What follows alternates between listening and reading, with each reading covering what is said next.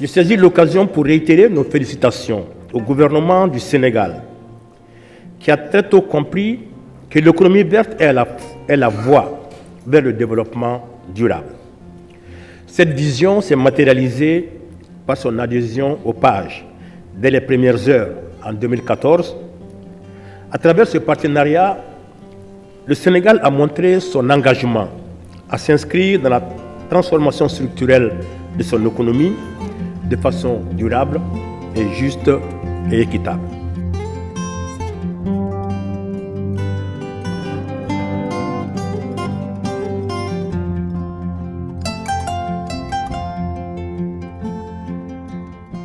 Mesdames et messieurs, au regard donc de l'expérience de sa mise en œuvre, le programme PAGE constitue en soi un modèle que nous devons évaluer afin de faire ressortir les bonnes pratiques et les dupliquer dans toutes nos interventions à venir. Nous pensons donc qu'à travers ces résultats palpables de PAGE, nous devons maintenant aller vers leur consolidation et leur passage à l'échelle de telle sorte que cette transition écologique et cette transition vers une économie verte soit la plus plausible dans le processus de développement économique et social du Sénégal. C'est le lieu donc de saluer à leur juste valeur les importantes réalisations de PAGE Sénégal qui se sont inscrites dans le sillage du cadre de référence des politiques publiques qu'est le plan Sénégal émergent à travers son axe 1, transformation structurelle de l'économie et croissance, et son axe 2, capital humain, protection sociale et développement durable. Ces actions de PAGE Sénégal ont permis aux mandants tripartites nationaux, ainsi qu'aux acteurs de la société civile, de mieux appréhender les avantages comparatifs liés à l'option d'un développement peu polluant et privilégiant une faible émission de carbone. Et dans cette même perspective de durabilité, et c'est en cela que cette activité qui nous réunit est opportune, il convient de poursuivre de manière endogène cette dynamique de transition vers une politique économique et sociale nationale plus verte, plus efficace et mieux orientée vers la création massive d'emplois.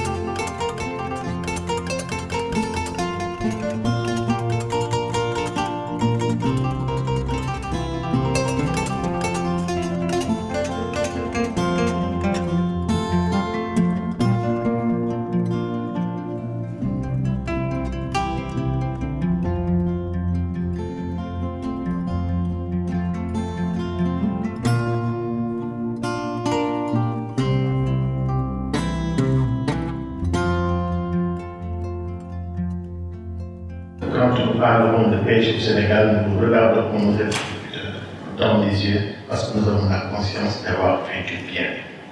Et donc, voilà. Maintenant, c'est vrai que moi j'ai beaucoup travaillé dans la coopération et les gens disent souvent que quand le bailleur part, tout s'écoule. Mais croyez-moi, ici, mon engagement que rien ne s'écoulera. C'est-à-dire, les bailleurs partiront, mais comme nous sommes, je veux dire, très déterminés, nous savons parfaitement tout ce que cela nous apporte. Nous allons continuer avec les moyens du bord. Si nous n'avançons pas, nous ne reculerons pas. Je vais surtout transférer que j'étais vraiment impressionnée et très contente aussi à mes collègues à Genève et de dire qu'on va faire le maximum pour rester en contact, pour appuyer, de suivre en fait, ce qui va venir dans les années prochaines au Sénégal. Donc déjà, simplement apprécier cette collaboration et cette contribution à ce programme.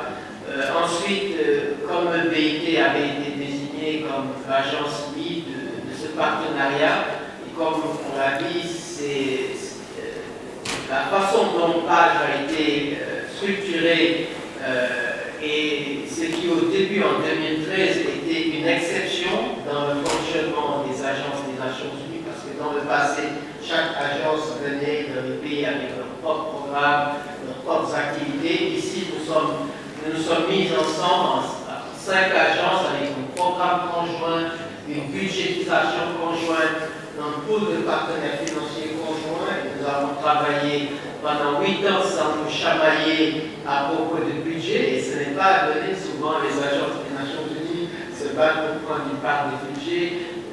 Nous n'avons jamais eu ce genre de discussion entre nous. Donc, ce que nous avions commencé comme une exception, je peux dire, est en train de devenir la règle de fonctionnement des agences des Nations Unies dans le cadre de la réforme du système.